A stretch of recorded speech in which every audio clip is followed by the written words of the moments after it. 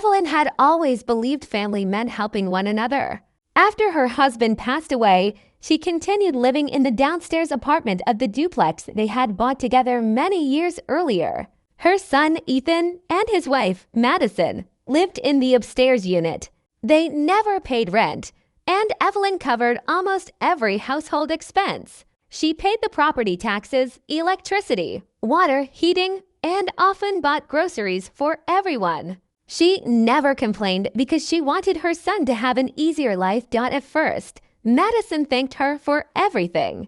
But as the years passed, those thanks disappeared. Soon, Madison acted as though the house belonged to her. She invited her own relatives over every weekend without asking. They filled the backyard with patio furniture, used Evelyn's washing machine whenever they wanted, and treated the refrigerator like it belonged to everyone except the woman buying the food. Evelyn cooked family dinners almost every Sunday while Madison accepted compliments from her relatives as though she had organized everything herself. Little by little, Evelyn stopped feeling like the owner of her own home. She felt like an unpaid servant. Everything changed on Ethan and Madison's 5th wedding anniversary. That evening, Evelyn was relaxing with a cup of tea when she noticed Madison had posted a family picture on social media. Everyone was smiling around a large table at an expensive steakhouse. Ethan sat beside Madison, surrounded by her parents, brothers, sisters, cousins, and friends. The caption underneath the photo read, "Family only." So grateful for the people who matter most, Evelyn looked at the picture several times. She was the only person missing. She didn't feel angry anymore. She simply felt finished instead of arguing. She pressed the like button and left one short comment. If only family pays the bills, then from now on, the family can pay all of theirs. Within minutes, her phone began ringing. Madison called 3 times. Ethan called 5 times. She ignored every call. The following morning, Ethan came downstairs looking upset. "Mom, Madison is embarrassed. Everyone saw your comment. Please delete it." Evelyn calmly handed him a folder filled with utility bills, electricity, water, heating, internet, property taxes, insurance. "I've paid these for years," she said. "Starting next month, every bill for your apartment will be in your name." Ethan stared at the papers. "You can't be serious." "I've never been more serious." Madison rushed downstairs moments later. "This is blackmail." Evelyn smiled politely. "No, this is adulthood. You've always paid, and you've always expected me to." Madison crossed her arms.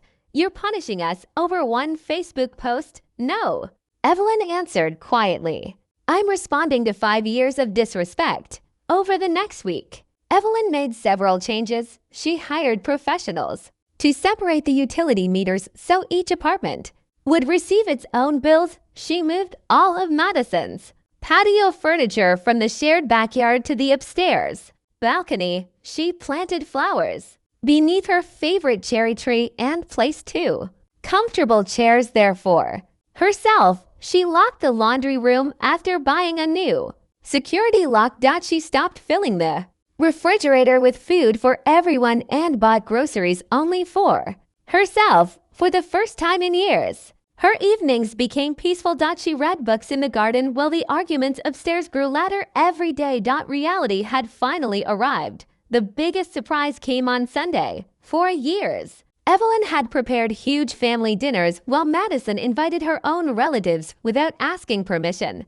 This Sunday was different. Instead of cooking, Evelyn dressed nicely and drove to a beautiful restaurant overlooking the lake. She enjoyed grilled salmon, fresh vegetables, and a slice of homemade pie while watching boats drift across the water. When she returned home that evening, Ethan was waiting outside. Everyone came expecting dinner, and we had to order takeout. I'm sure the restaurant appreciated the business. They were disappointed.